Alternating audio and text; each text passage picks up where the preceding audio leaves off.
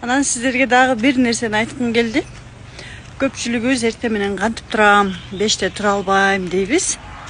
Туура эртең мененки уйку абдан таттуу болот, бирок биз канчалык бир нерсени кайра жасай берсек, ал нерсеге көнөбүз да. Ошол сыяктуу эле, мисалы мен дагы башында ушунчалык кыйналып, кофе менен ойгонуп, болушунча уктабаганга аракет кылып жаткам.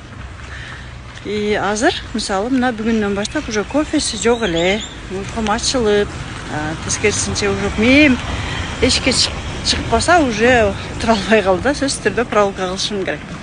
Ычкында менин уже 4-5 күн эле уже мээм бардык нерсеге көнүп баштады.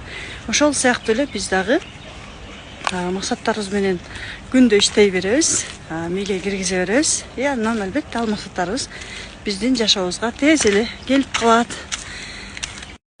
Кутмандан бизде жашоо өзүгө курсубуз башталды.